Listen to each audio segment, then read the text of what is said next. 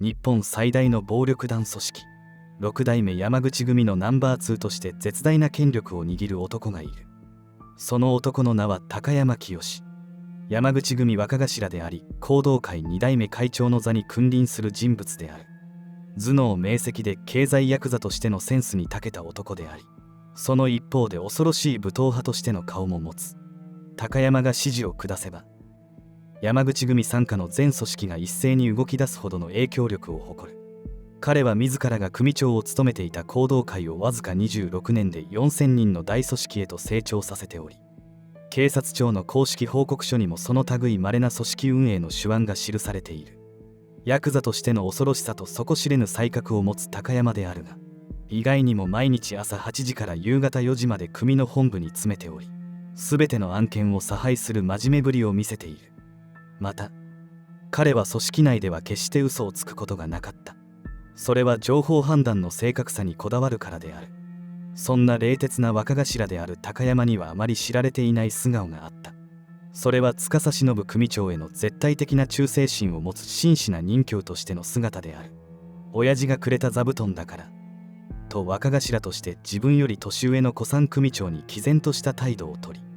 憎まれ役を買って出る覚悟さえ持ち合わせ、組織の発展のためなら何でも引き受けていた。このような生き様を見せる高山だからこそ、山口組の中心として影響力を保てるのかもしれない。山口組の権力者と司忍組長の中心の二面性を持つ高山は、一体どのような男なのだろうか。これから高山清という男の本性に迫っていこうと思う。高山清は1947年、愛知県津島市で生を受けた。幼少期の高山は野球に情熱を燃やす普通の少年であり、青春を謳歌する日々を送っていたが、人生を大きく狂わせる出来事が高校時代に起こる。なんと試合中に投げられた硬球が顔面を直撃し、右まぶたの神経と筋に重傷を負ってしまう。この不慮の事故により右まぶたが常に垂れ下がる状態となり、後に彼は独眼竜の異名で呼ばれることとなる。しかしこれは彼の人生を変えた数多くの転機の始まりに過ぎなかった。その後、高山は喧嘩に巻き込まれたことで高校を中退することを余儀なくされる。進む道を失った彼は次第に賭博場に足しげく通うようになっていく。賭博場に通う中で高山は山口組二次団体である広田組傘下佐々木組組長佐々木康弘と運命的な出会いを果たす。佐々木組初代組長佐々木康弘は広田組若頭補佐を務め、当時司工業の組長であった司忍、神谷組組長神谷光雄と共に広田組サンバガラスと呼ばれていた。1967年、高山が19歳の時に佐々木から親子の杯を受けたことで極道としての人生が始まる。佐々木は遊びの派手な豪快な人物で、時には大きな博打の負けを抱えることもあった。しかしそんな時でも組長に恥をかかせまいと高山は自ら処理を買って出ていたのである。この真摯な姿勢は佐々木から絶大な信頼を得ることとなる。破門や組員の処遇など重要な問題についても高山の意見は必ず尊重された。1969年、広田組は地元連合組織中共五社会との対立構想を背景に、大阪で勢力を誇る大日本平和会と広田組の間で組員の移籍問題が持ち上がっていた。大日本平和会は兵庫県神戸市を拠点とする暴力団であり、その前身は山口組と第二次広島構想を引き起こし、関西を二分したライバルの本田会であった。移籍した組員をめぐり両組織の対立は次第に深まっていく。そしてついに大日本平和会は広田組系神谷組の事務所を襲撃する事態に発展し、襲撃により神谷組の組員に死傷者が出ることとなった。勢力を失うことを恐れた広田組は即座に報復を決意する。実動部隊となったのが佐々木組と司忍率いる司工業であった。高山は司忍と共に作戦に参加し、大日本平和会系豊山一家組長豊山王職の殺害に関与する。この事件で広田組は報復には成功するものの、司忍には懲役13年、高山には懲役4年の実刑判決が下される。しかし豊山一家組長の暗殺事件こそが後の司忍と高山の強固な信頼関係を築くきっかけとなったのである。服役を終えて出所すると高山はスピード出世を果たしていく。出所後、事件の功績もあり、高山は佐々木組の若頭に抜擢され、1976年には佐々木組が良心会に解消されると同時に理事長へ就任し、広田組の直参に昇格している。さらに1984年には若頭補佐、5年後の1989年には若頭に就任した。ちなみに1984年に山一抗争で一和会側につこうとした広田武組長が司忍の説得により、自身の引退と広田組解散を山口組4代目組長竹中正久に申し入れた。広田組の地盤は司忍が引き継ぐこととなり、彼によって新たに行動会が結成されている。ここに司高山ラインの原型が形作られていくのである。当時の高山について行動会関係者は次のように証言している。司組長が出所した1983年、佐々木組長は服役していた。面会に来た高山若頭に対して、俺は収監されて司の方面祝いもできない。申し訳ない。お前は司の補佐をやるんだ。と言ったというんです。広田組で司組長の右に出る者はいない。司組長の力はずば抜けていた。以来、高山若頭は実の親に対するのと同様、司組長に忠誠を尽くして、忍びなど絶対にやらせなかったです。親分は10円でも稼いだら10日でも20日でもパクられる理由にされる。親分をそんな危ない目に遭わせられるかってわけです。高山はこの時から常に親分のことを考えて行動するという、根っから親分を補佐する極道であったのだ。行動会関係者は続けて証言する。私欲がないっていう点では高山若頭も司組長と同じです。司組長に恥をかかせないために、組をやっていくために金が必要ってだけの話です。だから下の者に賄賂をもらって役職を引き上げることはない。むしろ自分が目をつけて引き上げた人間は余計厳しく見る。高山若頭の理解力、洞察力、記憶力は人並み以上に優れています。絶対メモなどは取りません。10年前、20年前のことを正確に覚えているから下の者は嘘をつけない。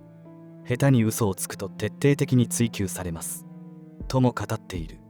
高山が嘘を嫌うのは嘘の情報では情報判断を誤る可能性があるからだという。また、別の行動会古参の元組員はこう証言している。例えば若い者が喧嘩して相手を袋叩きにしたとします。何発殴ったのかなどと追求していくうちに、一発殴っただけとか、逆に殴られたとか、そういうことになりかねない。高山若頭はその情報に裏付けはあるのか、他に別の情報を持つ者はいないのか、正確にと情報を集め、用心に用心を重ねて裏付けを得るように話を進めていく。つまり綿密かつ繊細に情報集めをしているからこそ、いざ動く時には豪快に出られるんです。物事を自分の陣営に都合よく見ない。客観的に見て、間違いないと確信すれば一挙に動く。緻密と大胆が背中合わせなんです。と語っている。高山は司の下で持ち前の運営手腕を遺憾なく発揮していく。司が組長だった時期の行動会は強い戦力と経済力で知られていたが、山口組執行部の業務で多忙な司に代わり組を実質仕切っていたのは高山だった。組長でありながら司は地元業者とのつながりはなかった。業者の前に姿を見せたことがなく、ゴルフへ一緒に行ったこともない。行動会の経済力の基盤を築いていたのは他ならぬ若頭である高山の采配によるものだった。建設業界への進出を果たし、大手ゼネコンとの太いパイプを築き上げ、各地の建設現場で資材調達から運搬まであらゆる利権を確保することに成功する。また、フロント企業を通じた資金調達の仕組みも確立し、組織に巨額の富をもたらした。このような経済活動により行動会は名古屋最大の暴力団組織へと成長していく。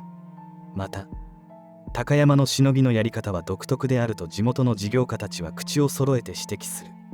普通組員は個々の才覚で仕事のネタを見つけ、それを収益源として金を作り、儲かれば親分や組の幹部に上納して出世への足がかりとする。一方、高山のしのぎのやり方は独特で、彼はしのぎのネタを組員に教え、競りにかける。例えば高山が A 社が県立病院のコンピューターシステム構築の仕事を受注したがっている。受注できれば1億円出してもいいと言ってる。誰かやる者はいないかと組員に対して聞く。やりたいと組員が名乗り出た場合、じゃあお前がやれ。この仕事の成功報酬1億円の1割ぐらいを出せるかと聞く。組員が出せますと言うと、報酬の1割を事前に徴収する。このシステムにより組員同士がしのぎでバッティングすることがなく、公平に取り組むことができる。このようなやり方で高山はしのぎのネタをオークションにかけていた。またネタの情報については組員や外部から集めていたという。そのネタを整理し、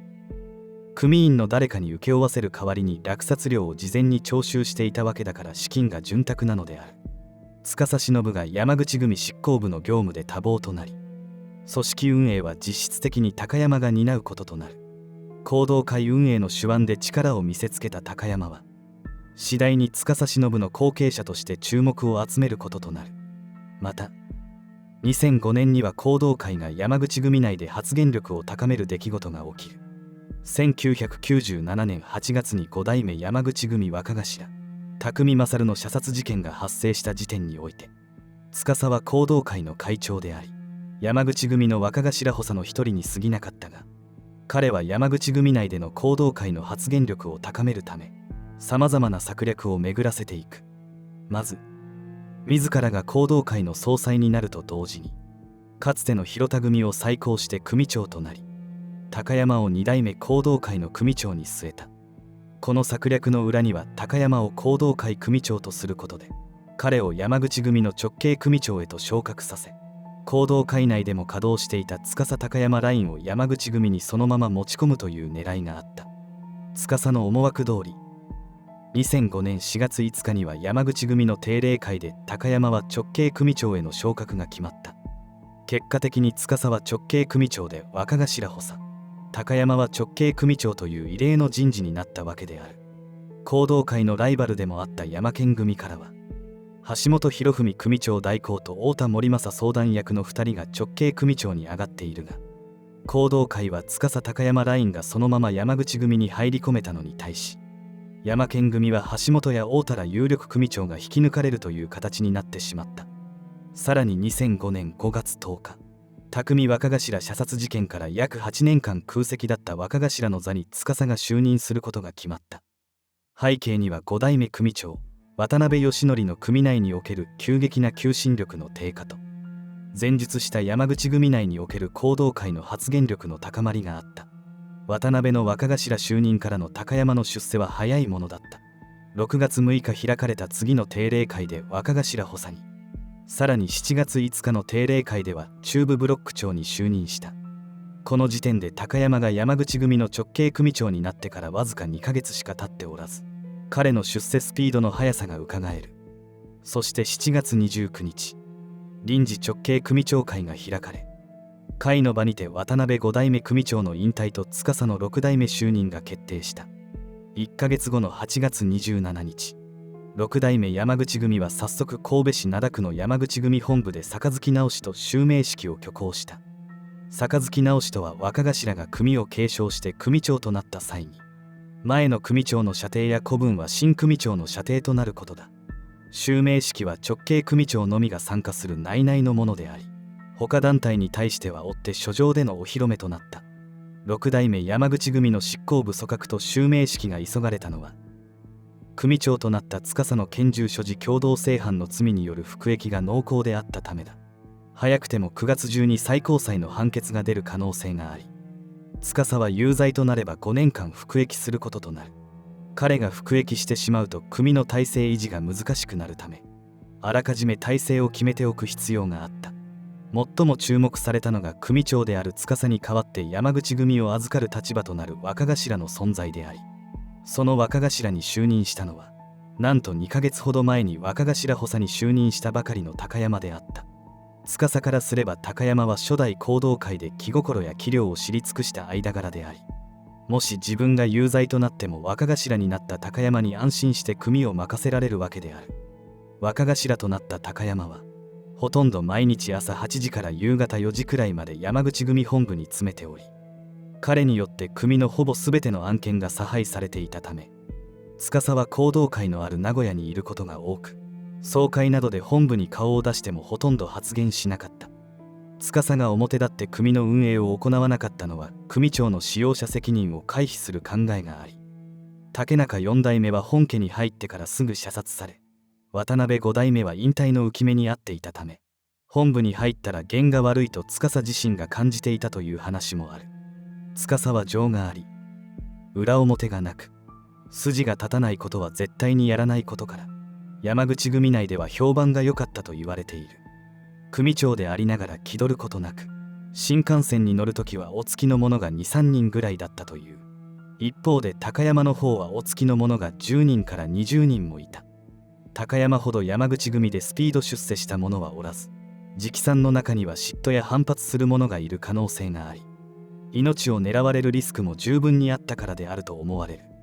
2005年11月19日、高山の真価が問われる時が来る。司忍組長が銃刀法違反で懲役6年の実刑判決を受けることとなったのだ。彼が服役することで懸念されたのが6代目体制の不安定化であった。前述したように6代目山口組は高山が先頭に立って改革を進めており、高山は古参の者やキャリアの上位の者に対してもはっきりと物を言うことで影響力を高めていたのである。だが高山がこのような行動が取れていたのは、司という後ろ盾があったからこそであった。司がいなくなったことで高山がこれまでの指導力を発揮することができず、他の直系組長から反発が出る可能性も考えられた。司に代わり実質若頭である高山が組を運営することになるのだが、彼はことを早急に進めようとする性格であった。例えば高山はある組を通じて中野会会長中野太郎の兄弟であった古参幹部 A を絶縁とし、古参幹部 A は絶縁されたことを機に自身が抑えている西成の覚醒剤の商売を進めようとした。高山は絶縁した A ごときに好きにされてたまるかと怒り、あわや両者が抗争となる事態となった。また幕末以来から続く名門会津虎鉄会に対しては大門を山口組と同じ山菱にするよう強要し、反発を招いた。聞くところによれば行動会も高山の一枚岩体制ではなかったという。2005年12月12日、山口組は恒例行事であること始めを取りやめて、代わりに納会が神戸市灘区の本家で執り行われた。高山ら幹部が出席したが、組長の司が服役していたこともあり、重要事項の説明はなかった。1月5日、司は大阪府警へ出頭し、刑が確定して2011年3月まで府中刑務所に収監されることとなった。ここで話が変わるが、司体制となってから山口組の情報が警察に極度に入りにくくなっていた。なぜなら山口組の情報そのものが行動会方式によって管理されていたからだ。行動会方式とはパトカーの追尾、捜査員の尾行、警察無線の傍受、担当刑事の行使などの情報収集や、時に警察官の自宅を盗聴するなど徹底していた。またガサ入れの前に情報を仕入れて事前にガサ入れを防いだり、裁判官や証人に対しては私生活の情報で脅すなど、まるでマフィアのようなやり口を使っていた。さらに行動会内部には従人会と呼ばれる極秘の諜報機関が存在する。メンバーたちにさえ誰がメンバーで誰が指揮者なのか全体像が知らされておらず、一部のメディアでは都市伝説的な組織として報道されていた。司の後に高山が行動会会長に就任したのも、彼が従人会の実権を握っていたからとされる。従人会の存在は行動会内でもタブーとされ、組員からも恐れられることとなった。この従人会という組織についてはまた別の動画で詳しく解説したいと思う。このように警察に対して強硬的な態度を取る行動会であったが、意外にも警察は高山のヤクザとしての真面目さを認めていた節があるのだ。高山は行動会会長として週に一度神戸から名古屋に戻るが、彼が若頭になる前は早朝から行動会の事務所に出向き、何から何までチェックするのを日課としていた。この日課はオーナー企業の社長にも難しいようなことだという。高山は組の業務に対してとても真面目なヤクザだったと言われている。また高山は生涯司の子分であると自負している。自分が子分である以上、親の顔に泥を塗る真似はできない。憎まれ役は親に代わり自分が買って出る。それが高山の心情であった。自分は弘道会の高山でいいと考えていたが、司が6代目になるという話を聞くとすぐに考えを変えて山口組の若頭へと進んだのである。そのため高山は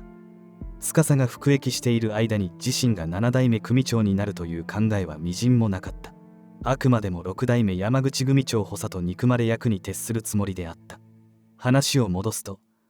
司服役中の山口組はトップ不在の不安定さを感じさせることがなかった。2006年1月25日には山口組本部で新年会が開かれ、会には他団体の幹部7人が参加しており、山口組の権威を示す行事となった。対外的な山口組の命令が行き届いて、他の独立団体を巻き込んだ共栄圏を築きつつあったのである。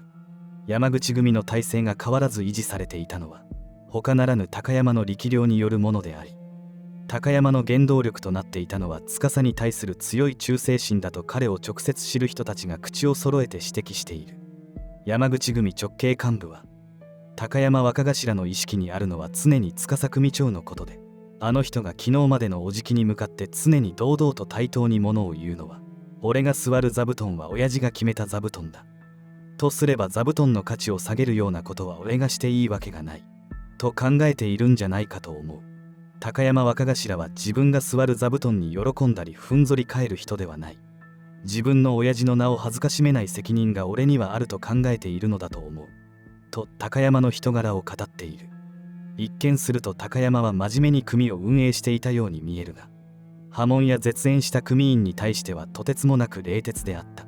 高山は破門になった者を組を裏切った者と同じと定義しており、10円の飯ですら食べさせないと考えている。そのため弘道会の場合、破門された組員は徹底的に締め上げられる。警察とつるんだ日には命の保証さえないという。ただ懲役に行った者に対しては家族も含めシャバにいる組員よりも大事にしている。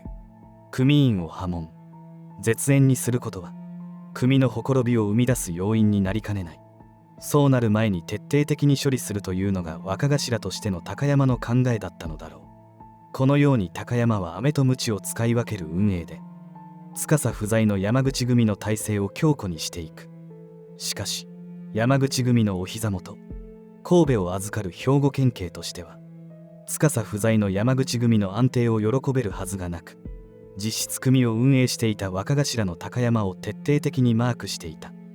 暴力団対策課の刑事は常にマークしているのは当然ながら若頭の高山だ。若い時から頭が良いのかずる賢いのか尻尾をつかませない。平日神戸の本部に詰めてることは確かだが、未だに尾行に成功していない。執行部にしても高山に対しては顔色を伺っている様子だ。執行部の人間に接触しても、その情報だけは勘弁してくださいよと顔色を変える。情報を伝えたことが高山にバレると思っており、高山が以前弘道会で不都合な動きをした幹部に対し粛清の嵐を吹かせたことを直系組長たちは知っていたからだろうと語っている。このように高山率いる6代目山口組には隙がなかったのである。2006年11月頃、2代目弘道会の竹内輝明若頭が稲川会系2代目山川一家の内堀和也若頭と五分の兄弟杯を交わした。この杯は司高山ラインの次の世代が竹内輝明若頭であることを宣言したものだった。山口組は山県組に代わって弘道会人脈で独占していくことになったのである。これを機に高山は山口組の弘道会化を加速させていく。2007年、山口組の直系組長は95人に減少した。最盛期には123人いたことを考えるとかなりの減少だった。高山は司が服役後、平日10時頃から夕方5時まで山口組本部に通い詰めていたが、直系組長たちからすれば特に用事がなくても本部に詰めなければならないという強迫観念に駆られたそうだ。直参たちは夕方高山が本部を出るまで待機し、彼が出た後に帰り支度を始める。日中本部に詰めているため携帯電話も使えず、直系組長たちは自分のしのぎに時間をかけられなくなった。さらに遠隔地に拠点を置く拠点組長たちは神戸に滞在するために宿舎を手配する始末だった。実はこの話の裏には古参組長たちを貧窮化させる高山の狙いがあったとされている。彼は2006年から直系組長に対して日用雑貨品の販売も始め、専用の商品パンフレットを作成し、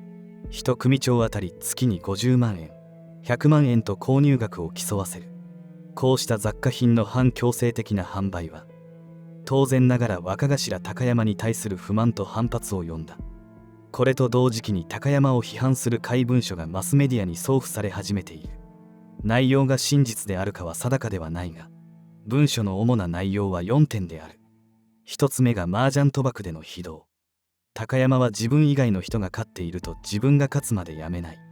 2つ目が引退者の慰労金。直参が引退するときに1億円の慰労金が支払われるわけだが、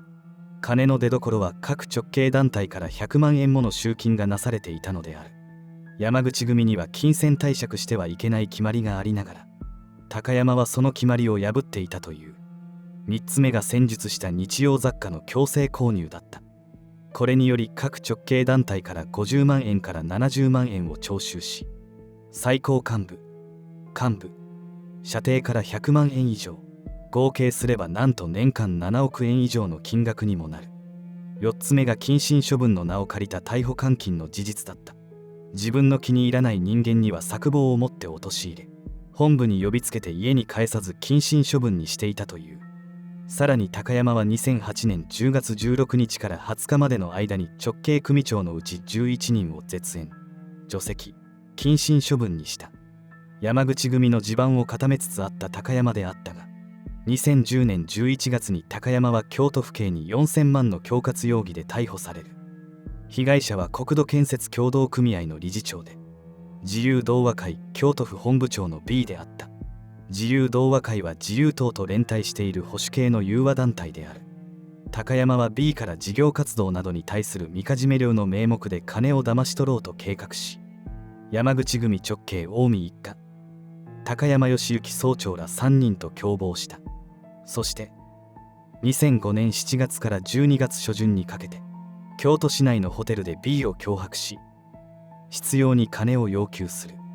高山は恐喝の現場や現金受け渡しの場面に一途として同席したことはなかったが、それでも高山は共同共謀正犯で逮捕され、翌2011年1月、勾留が一時停止されるまで拘束された。一方で司は2011年4月、刑を務め上げて府中刑務所を出所した。高山はこの時に勾留されていたため、司を出迎えることができなかったが、2012年6月に京都地裁の決定で保釈された。保釈金は15億円と異例なほど高額であったという。この時に司は、高山の保釈金を出さんかい、皆払うてやらんかい、と周りの者に呼びかけていたという。それだけ司にとって高山が必要な存在であったことがうかがえる。2012年3月、京都地裁は高山に対し、懲役6年の有罪判決を下した。高山は控訴したものの判決が覆ることはなく、この時はさすがに自分がいない間の山口組のことを考えるようになった。弘道会以外の者に組長も若頭の座も渡さない。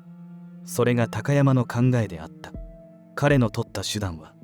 司高山ラインの前例に倣ったものであった。高山は弘道会の会長から総裁に上がり、若頭であった竹内輝明を3代目弘道会会長に据えた。その上で同年10月、竹内を山口組の直参に昇格させた。このことは山口組組長の座が今後3代にわたり、弘道会が独占することを意味していたが、他の直系組長たちは高山と弘道会に対しての嫌悪感をさらに強めることとなった。しかし、高山は他の直系組長たち反発に気づかず、先の事件の上告を取り下げて刑に服することを決めるが、これが大きな誤算であった。直系組長たちの何名かは、高山が不在となる隙を伺っていたからだ。その上で2015年8月27日、6代目山口組を分裂する形で、4代目山県組組長、井上邦夫を組長とした神戸山口組が旗揚げされる。さらに2年後には、神戸山口組を抜けた一部が神戸山口組若頭代行織田義則を代表とする任侠団体山口組、後の絆会を発足させた。こうして山口組は3団体に分裂することとなったのである。その後に勃発したのが六代目山口組と神戸山口組の対立抗争であった。事件やトラブルは100件以上に上り、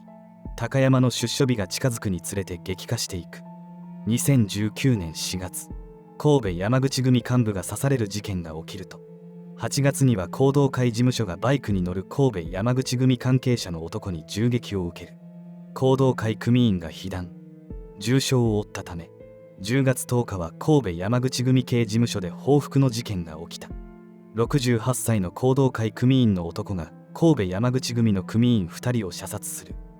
この犯行は警察の職務質問中に起きたもので、警察は高山の出所による抗争のさらなる激化を警戒していた。2019年10月18日の朝に高山は府中刑務所を出所し、午前7時前に車で JR 品川駅に到着した。その後、高山は午前7時17分の新幹線で名古屋駅方面向かう。同駅周辺には多数の警察官や報道陣が集まり、騒然とした雰囲気となった。品川駅に着いた高山は黒っぽいジャンパーを着て、野球帽をかぶり杖をついていたという。そして高山の出所は、当初の警察の予想通り抗争の動きを加速させることになる。同月27日、尼崎の商店街で六代目山口組系竹中組の元組員が自動小銃を乱射し、神戸山口組幹部古川圭一が射殺されるという衝撃的な事件も起きている。事件は年をまたいでも収まることはなかった。2020年5月には神戸山口組系池田組最高幹部が六代目山口組系大同会の幹部によって銃撃され、8月には神戸山口組系木村会の幹部が竹中組系の組員に銃撃されている。高山の出所を契機としたこれらの銃撃事件について、山口組の事情に詳しい指定暴力団幹部は、銃撃を起こした竹中組や大同会は高山が服役中に六代目山口組の中で出世している。大同会は本部長、竹中組は若頭補佐といずれも最高幹部に就いた。高山が出所してきたことで竹中組や大同会の若い衆が自分の親分を売り出すために仕掛けたのだと考えるべきだと語っている。出所後の高山はすぐに若頭業務へと復帰し、弘道会と六代目山口組の人事にテこ入れを行っていた。弘道会では若頭をそれまでの中野俊樹から野内正弘へと差し替えている。中野は五代目山県組組長中田博次と岐阜刑務所で一緒だった時期があり、2人は組の立場を超えて気心が知れる仲であった。中田率いる山県組は神戸山口組に属しており、2人の仲を利用して山県組を引き抜く作戦も可能であったが、高山はあくまでも神戸山口組殲滅に固執し、中野を射程へと追いやったのである。いかに高山が神戸山口組に対して怒りを覚えていたかがうかがえる人事と言えた。また高山は六代目山口組の人事にも介入する。標的となったのが山県組出身である極真連合会の橋本博文会長であった。橋本は高山が服役中に神戸山口組に属することはなかったが、逆にそれが目を向けられる要因となった。高山はわざわざ大阪にいる橋本のもとへと出向いて、次のように切り出した。あんたは引退して極水会山下会長に極真連合会の2代目を譲りなはれ。山下会長は高山竹内派の人間であり、高山は彼を使って橋本を潰そうとしていた。当然ながら橋本は高山の提案を拒否する。以前橋本と山下には因縁があったからだ。山下が極真連合会の若頭であった時に金銭トラブルがあり、橋本が彼を処分した。そこに当時弘道会の若頭であった竹内輝明が介入し、山下の処分を撤回させ、さらには山口組直参に昇格させた。橋本からすれば竹内は後輩であり、彼の介入に腹を据えかねていたはずであった。さらにかつてのミスを犯して処分を下した部下に会長の座を譲る筋合いなどどこにもない。だが結局高山の圧力に屈したのか、2019年に橋本は引退を決めており、極真連合会も解散している。そして今今後の高山の動向に注目が集まっている。このまま抗争を続けるのか、それとも警察の取り締まりをかわすために和解するのか。裏切りを許さない性格の高山ではあるものの、このまま神戸山口組との抗争を続ければ警察による解散命令を受ける可能性もある。司高山が率いる6代目山口組はどうなっていくのだろうか。イギリスのオックスフォード大学で日本のヤクザの研究を行うピーター・ヒル博士は、高山に対して直接インタビューを実施したことがあり、6代目山口組が不良外国人との交際を禁止している理由を聞いたところ、不良外国人の犯罪といえば麻薬、覚醒剤、密航など本来あってはならない事件であることが多い。日本で広がってはならない犯罪だし、彼らを助けてはならないと考えているからだと高山は答えている。また高山は日本のヤクザの在り方について聞かれた際に、ヤクザには江戸時代から築いた伝統があり、地域密着というか一般市民の生活に根ざしている。我々の仕事は何だといえば、地域の人々の生活に対する関わり合いですよと語ったそうだ。高山が語っていることはヤクザがあるべき本来の考え方であって、彼もヤクザである以上、その考えが前提としてあったことは間違いない。6代目山口組での彼の振る舞いは決して自己の利益のために行ったものではなく、親分である司不在の山口組を盤石したい思いが根底にあり、組が揺らげば他の組や警察につけ込まれ抗争に発展しかねないからだ。現に司が不在時に6代目山口組で過去の山一抗争のような大きな抗争は発生していない。これはひとえに若頭である高山の功績と言える。そして親分の留守を守った彼は時代のバトンを竹内輝明に渡した。親分に忠誠を尽くし後進に道を譲る。これこそまさにヤクザとしてあるべき姿なのではないか。他人に厳しい人間は周囲から反発を受けることは一般社会でもよくあることだ。周囲の反発をもろともせずに己の信念を貫いた高山は、ある意味で真のヤクザだったのかもしれない。ということで今回の動画は以上となります。皆様の感想やご意見などぜひコメント欄でお聞かせください。このチャンネルでは今後も裏社会で起きている事件や裏社会で生きる方々の動画を発信していきます。興味のある方はぜひチャンネル登録して応援していただけたらと思います。それではこの辺で。最後までご視聴ありがとうございました。